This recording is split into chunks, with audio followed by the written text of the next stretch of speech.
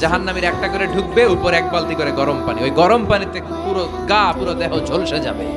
এরপরে ফেরেশতারা হাত ধরে নিয়ে দাঁড়িয়ে থাকবে, পিটানো শুরু করবে। পিটাতে পিটাতে মাসেলগুলোর হাড্ডিগুলো থেতলে যাবে। জাহান্নামের আগুনে জ্বলতে জ্বলতে যখন চামড়াগুলো গোশতগুলো ঝলসে যাবে, রব্বুল আলামিন নতুন করে চামড়ার গোশত গায়ের মধ্যে ফিট করে দিবে। ওই চামড়া গোশত আবার ঝলসাবে, আবার ফিট। আযাবটার মজা যেন ভালো করে টের পায়। একের পর এক শাস্তি শুরু এবার জাহান্নামে। যারা দুনিয়াতে আত্মহত্যা করছে, ছুরি মারছে, ও খালি ছুরিই মারবে। বিষ খাইছে, খালি বিষ খাবে। যে মেয়েগুলো ওড়নায় গলা পেঁচিয়ে এই আত্মহত্যা, তারা জাহান্নামের রশিতে আর ওড়নায় খালি আত্মহত্যা করতেই থাকবে। যারা স্মার্টফোনের ভিতরে ইন্ডিয়ান নায়িকাদের কোমর দোলানো ডান্স দেখেছে, অশ্লীল ভিডিও দেখেছে, জাহান্নামের গরম শিক চোখের ভেতরে ঢুকিয়ে দেওয়া হবে। যারা মিথ্যা বলতো, ওদেরকে এক লাইন জাহান্নামের ছুরি দিয়ে কুচি কুচি করে জিহ্বাটা কাটা হবে।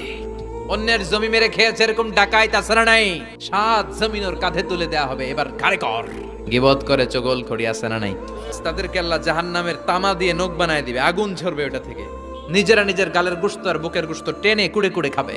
ওদের ব্যথার চিৎকারে পুরো জাহান্নামটা থারথার করে কাঁপবে।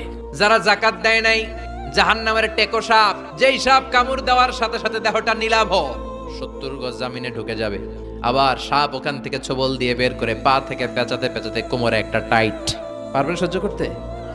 আল্লাহ জাহান্নাম থেকে তুমি আমাদের বাঁচাও।